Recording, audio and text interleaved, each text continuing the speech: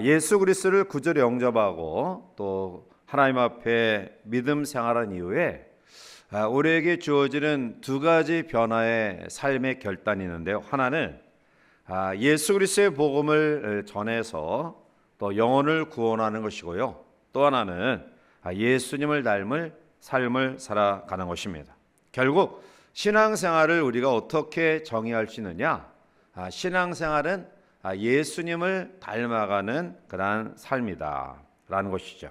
자, 특별히 오늘 우리가 세 번째 날 아침 본문을 통해 예수님의 순종에 대해서 같이 살펴보고자 하는데요. 오늘 히브리서 기자는 이 5장을 통해 우리에게 주시는 말씀은 간단합니다. 그것은 순종의 삶이 무엇인지를 알기 위해서는 예수님의 순종을 배워야 된다라는 거죠. 즉 예수 그리스도의 순종을 우리들이 보면서 하나님께 순종하는 성도의 삶을 살아라라는 것입니다. 자, 그러면 오늘 본문을 통해 몇 가지 이 순종의 과정과 결과를 살펴보고자 하는데요. 먼저 우리의 순종의 표본이 되시는 예수님은 우리의 영원한 대제사장이시다라는 사실이죠. 자, 1절 가운데 보면 대제사장마다 사람 가운데서 택한 자이므로 하나님께 속한 일에 사람을 위하여 예물과 속죄하는 제사를 드리게 하나니라고 말하죠. 자, 1절에 보면 사람 가운데서 택한 대제사장이 나오는데요. 자, 이와 반해 6절에 보면 또한 이와 같이 다른 데서 말씀하시되 내가 영원히 멜기세덱의 반차를 따르는 제사장이라 하셨으니 라고 말씀하죠.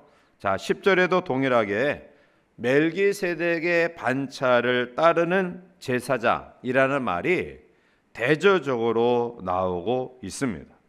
사람 가운데서 택한 제사장, 그리고 멜기세덱의 반차를 따르는 제사장, 이 두 대조적인 그러한 제사장의 모습을 우리에게 이야기하는데요. 자, 먼저 이스라엘은 제사장이라는 특별한 임무를 맡은 사람들이 있는데요. 자, 이들은 이스라엘의 12지파 가운데에 특별히 레위 지파에 속한 후손들입니다. 그리고 레위 지파 가운데서도 오늘 4절에 보면 이 아론이라는 사람의 후손들이 바로 제사장의 역할을 수행하였습니다. 이 제사장의 임무는 이스라엘 백성들을 하나님께 인도하는 책임을 가진 사람들인데요. 자, 따라서 백성들을 하나님께로 인도하는 이 귀한 책임을 맡은 제사장들은 거룩하고 성결한 삶을 살아야 했습니다. 만약 거룩하고 성결하지 않으면 하나님 앞에 설 수가 없는 것이죠. 자, 그런데 문제는 뭐냐? 이들은 완전한 사람이 아니라는 것입니다. 그래서 오늘 1절, 2절 말씀 가운데 보면 이 제사장들은 백성들을 위해 제물을 드려서 제사를 해야 했지만 자기 자신들을 위해서도 제물을 드려 하나님께 제사를 드려야 됐다라는 것입니다. 자, 그런데 이와 반해 6절과 10절에 나타나는 멜기세덱의 반차를 따르는 영원한 대제사장은 바로 예수 그리스도를 상징합니다. 그러므로 예수 그리스도는 죄가 없으신 분이기 때문에 사실은 자기를 위해 제물을 드릴 이유가 없다라는 것이죠. 자, 그러면 이 멜기세덱의 반차라는 것은 어떠한 의미를 가지고 있는가요? 이 멜기세덱이라는 그러한 이름은 창세기 14장에 처음 나타납니다. 그리고 그 이후에 어떠한 성경에도 이 멜기세덱이라는 이름이 등장하지 않는데요. 그런데 유일하게 히브리서에 이 멜기세덱이 언급되고 있습니다. 특별히 히브리서 7장 2절과 3절에 보면 아브라함이 모든 것의 10분의 1을 그에게 나누어 주니라. 그 이름을 해석하면 먼저는 의의 왕이요 그 다음은 살렘 왕이니 곧 평강의 왕이요 아버지도 없고 어머니도 없고 족보도 없고 시작한 날도 없고 생명의 끝도 없어 하나님의 아들과 닮아서 항상 제사장으로 있느니라 라고 말씀하고 있어요. 자, 히브리 저자는 예수 그리스도는 레위 지파에 흠이 있는 아론의 후손으로 제사장이 된 것이 아니다. 이 멜기세덱의 계통을 잇는 제사장이다라는 거죠. 자, 결국 예수 그리스도는 이 다른 제사장들처럼 죄를 용서받기 위해 자신을 위해서 동물을 제물로 드려야 될 그런 이유가 없는 완전한 영원한 대제사장이라는 것이죠. 바로 이 멜기세덱의 반차를 따르는 영원한 대제사장이신 예수님이 바로 오늘 우리를 하나님께로 인도한다라는 것입니다. 자, 그러면 영원한 대제사장이신 예수님은 어떠한 순종의 모습을 가지고 있는가? 예수님의 순종의 내용을 본문 7절과 8절에 보면 그는 육체에 계실 때 자기를 죽음에서 능히 구원하실 이에게 심한 통곡과 눈물로 간구와 소원을 올렸고 그의 경건하심으로 말미암아 들으심을 얻었느니라. 그가 아들이시면서도 받으신 고난으로 순종함을 배워서라고 말씀하고 있어요. 자, 오늘 이 말씀 가운데는 예수님의 순종의 삶에 대한 모든 내용이 들어있는데요. 자, 예수님은 육신의 몸을 입고 이 땅에 오셔서 하나님께 기도하면서 하나님의 도움을 구했습니다. 하나님께 큰 소리로 외쳐 불렀고요. 눈물로 호소하셨습니다. 자, 예수님은 오늘 우리들과 똑같이 하나님의 도움을 구했습니다. 예수님은 모든 것이 형통한 그런 삶 가운데 진행되어진 생애가 아니었다라는 거죠.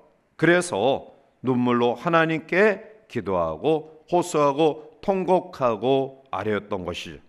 자, 오늘 우리도 마찬가지죠. 우리에게도 많은 연약함이 있습니다. 강한 사람처럼 보이지만 사실 우리 내면에는 여러 가지 연약한 모습들이 있습니다. 자, 우리가 좋아하는 이 운동 경기 가운데 축구라는 그런 경기에 헐리우드 액팅이라는 그러한 말이 있는데요.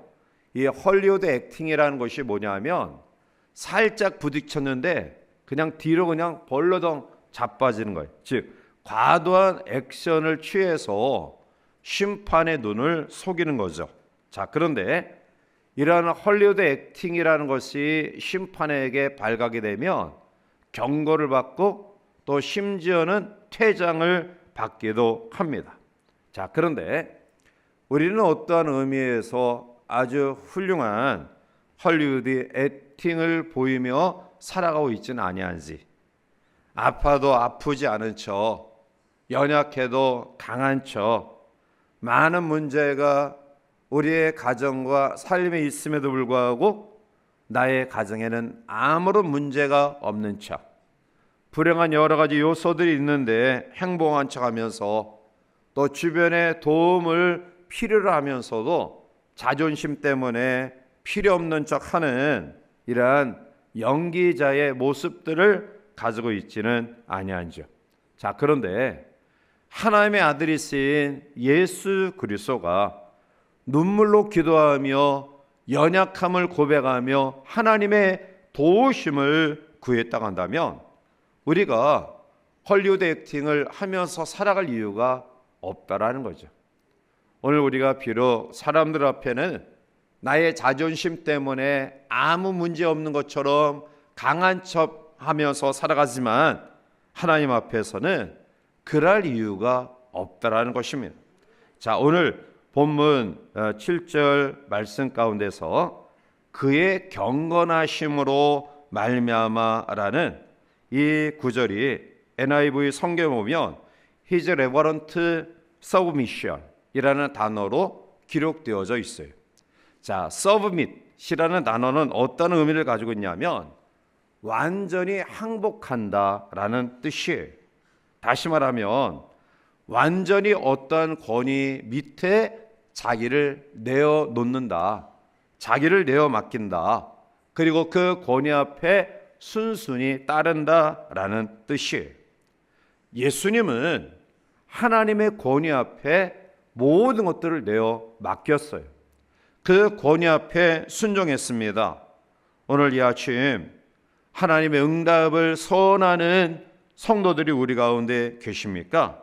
그렇다고 한다면 오늘 예수님이 자기의 연약함을 다 고백하며 하나님께 내어 맡겼듯이 오늘 우리의 연약함, 우리의 부족함, 또 우리의 모든 그러한 실수함 등 이러한 것들을 완전히 하나님께 내어놓고 하나님께 내어 맡기고 하나님의 권위와 권세 앞에 우리의 모든 것들을 내던지고 순종하는 믿음이 우리 가운데 있기를 원합니다. 그리고 오늘 본문 8절에 보면 이러한 연약함을 하나님께 아뢰면서 주님은 그가 아들이면서도 받으신 고난으로 순종함을 배워서라고 말씀하고 있어요. 예수님은 자기가 경험하신 받으신 그러한 고난, 연약함, 아픔, 수많은 조롱, 그리고 사람들의 신란, 비난 이러한 것들을 통해서 하나님께 순종하는 법을 배웠다라고 말씀하고 있습니다. 예수님 우리에게 순종의 본을 보여주셨습니다. 예수님이 그리하셨던 것처럼 오늘 우리도 고난을 통해 하나님께 순종하는 법을 배워야 합니다. 모든 생명들은 고난을 통해 순종을 배우게 됩니다. 예를 들면 야생 코끼리를 길들일 때에 한 5년 된 코끼리를 선택해서 처음에는 제 마음대로 마음껏 자라고 성장하고 생활했던 코끼리가 말을 들을 이유가 없죠. 막 화를 내고 또 분노하고 앞발질을 하고 그렇게 길길이 날뜁니다. 그런데 이 코끼리를 기둥에 묶어두고 며칠 동안 먹을 것을 주지 않아요. 그리고 잠을 자려고 하면 꼬챙이로 찔러가지고 잠도 자지 못하게 합니다. 자, 이렇게 대략 2달 동안 굶기면서 또 괴롭히면서 또 이 코끼리에게 이러한 고난을 주면 어느 순간에 무릎을 꿇고 자기를 조련하는 조련사에게 온전히 순종하게 된다라는 거죠. 자, 이것은 무엇을 의미하느냐? 오늘 모든 생물도 고난을 통해 자기의 의식과 생각을 굴복시키는 그런 순종을 배운다라는 것입니다. 오늘 성도의 삶 가운데 고난은 여러 가지 모습으로 우리에게 나타나죠. 때로는 환난으로, 때로는 핍박으로, 때로는 슬픔으로, 실패로, 경제 어려움으로, 또한 걱정거리로 우리 앞에 나타납니다. 자, 그런데 성도는 우리 앞에 놓여지는 이 고난을 그냥 아무렇지 않게 보내서는 안 됩니다. 이것을 믿음의 시각으로 바라볼 수 있어야 됩니다. 왜냐하면 신앙의 시각으로 우리의 고난을 살펴보면 이 고난은 반드시 나쁜 것만은 아니라는 것이죠. 오히려 하나님의 이 고난을 통해 우리를 하여금 더 하나님 앞에 나은 사람으로, 완전한 사람으로 우리를 만드시는 도구로 사용하시기도 한다라는 것이죠. 예수님은 고난을 통해 하나님께 순종하는 법을 배웠습니다. 우리도 마찬가지입니다. 누구나 단 한 번으로 순종의 삶을 살아갈 수는 없습니다. 고난을 통해서 순종의 법을 예수님께로부터 배우고자 하는 우리 모두도 마찬가지죠. 단번에 우리가 예수님처럼 하나님의 뜻에 순종할 수는 없습니다. 그러나 이러한 고난을 묵상하면서 또 하나님의 나를 단련시키고 다듬어 가시는구나, 이런 믿음의 깨달음과 은혜가 우리 가운데 있다고 한다면 우리는 어느덧 예수님처럼 이해하지 못하는 고난과 어려움 가운데서도 순종하는 순종의 삶을 살아가게 될 줄 믿습니다. 자, 그러면 고난 가운데도 순종했던 순종의 예수님의 결과는 어떠한 것인가요? 오늘 9절과 10절 말씀 가운데 보면 온전하게 되셨은즉 자기에게 순종하는 모든 자에게 영원한 구원의 근원이 되시고 하나님께 멜기세덱의 반차를 따른 대제사장이라 칭하심을 받으셨느니라. 아멘. 자, 예수님은 고난 가운데서도 온전히 순종하심으로 우리에게 두 가지 아름다운 결과를 보여주고 계시는데요. 하나는 하나님께 온전하게 되었다. 그리고 두 번째는 바로 오늘 우리의 영원한 대제사장이 되어서 영원한 구원이 되셨다라고 말씀하고 있습니다. 바로 예수님은 순종하심으로 말미암아 하나님 앞에 온전한 모습으로 그리고 온 인류의 영원한 구원의 근원이 되셨습니다. 사랑하는 성도 여러분, 예수님이 십자가를 앞두고 얼마나 아프고 힘이 드셨을까요? 마태복음 26장 38절에 보면 이러한 상황 가운데서 주님의 상황을 이렇게 이야기합니다. 내가 매우 고민하게 되어 죽게 되었다. 자, 그런데 끝까지 순종하시죠. 마태복음 26장 39절 하반절에 보면 내 이 잔을 지나가게 해달라고 고민하여 슬퍼하며 근심했던 주님의 고민을 그대로 토로해요. 그런데 중요한 사실은 나의 원대로 마시옵고 아버지의 원대로 하옵소서라고 순종해요. 주님은 마지막까지 자기에게 주어진 이 고난, 그것 때문에 내가 심한 고민이 있었다라고 토로했지만 그럼에도 불구하고 주님은 끝까지 하나님의 뜻에 절대적으로 순종하는 모습을 우리에게 보여주셨습니다. 순종은 고난을 통해 완성되어집니다. 따라서 주님의 온전한 순종을 통해 우리는 영원한 구원의 반열에 세워지는 놀라운 축복의 은혜를 경험하게 되었습니다. 사랑하는 성도 여러분, 무음하신 예수 그리스도, 그분은 우리의 구원을 위해 우리가 경험해야 될 그 고통과 아픔을 친히 경험하신 그러한 사랑의 하나님이십니다. 그러므로 오늘 예수님의 순종함으로 온전함을 이루시고 그리고 더 나아가 인류 구원을 이루셨던 것처럼 우리 모두도 순종하는 믿음을 통해 하나님 앞에 온전한 신앙으로 세워질 뿐만 아니라 단 우리 주변의 많은 사람들에게 구원의 아름다운 은혜를 함께 나누는 우리 모두가 되시기를 바랍니다. 이제 말씀을 맺습니다. 사랑하는 성도 여러분, 오늘 우리가 믿음을 가지고 신앙의 삶을 영위하는 과정 속에 성도에게도 반드시 고난이 있습니다. 어떤 사람은 남편 때문에, 어떤 사람은 자녀 때문에, 또 어떤 사람은 경제적인 문제 때문에, 또 어떤 분은 건강 때문에 경험하는 고난이 있습니다. 우리에게 주어진 고난의 이름이 각기 다르지만 그러나 우리가 꼭 기억해야 될 부분은 하나님이 좋은 재료로 또 좋은 도구로 세워지기 위해서는 이 망치질을 오래 하신다라는 사실이에요. 즉 고난의 과정이 길고 큰 만큼 반드시 하나님은 하늘나라의 아름다운 상을 우리에게 예비하시고 우리에게 그 고난을 통과하게 하신다라는 사실입니다. 좋고 귀하고 또 아름답고 순전한 그러한 물건이 세워지기까지는 그만큼 그 과정에 모든 그러한 것들이 힘들고 어려울 수밖에 없는 것입니다. 그러나 이러한 과정을 거쳤을 때의 결과물은 놀라울 정도로 우리에게 감동을 주는 귀한 것으로 거듭 태어날 수 있다라는 것이죠. 로마서 8장 18절에 바울은 생각하건대 현재의 고난은 장차 우리에게 나타날 영광과 비교할 수 없도다라고 말씀하고 있어요.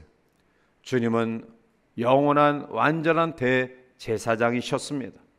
그런데 무음하신 그분이 고난을 통해 순종을 배우셨고요.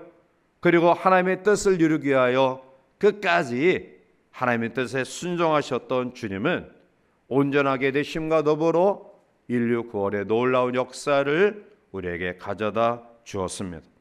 오늘 이 아침 여러분들의 어떤 역경과 고난 가운데 있는지요? 이러한 삶의 현장 속에 얼마나 많이 아프고 힘들어 하시는지요?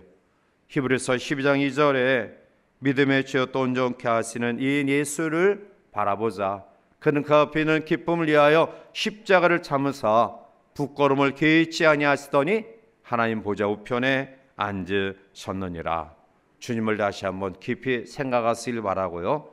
고난의 순종의 과정이 어렵고 힘들지만 끝까지 순종하는 믿음을 통해 하나님 보좌 우편에 영광 가운데 계신 주님처럼 우리를 위하여 예비하신 그 상급을 소망하면서 이 안에도 또 고난 가운데 순종하는 삶을 통해 다시 한번 예수님의 영광이 우리의 영광이 되기를 바라고요.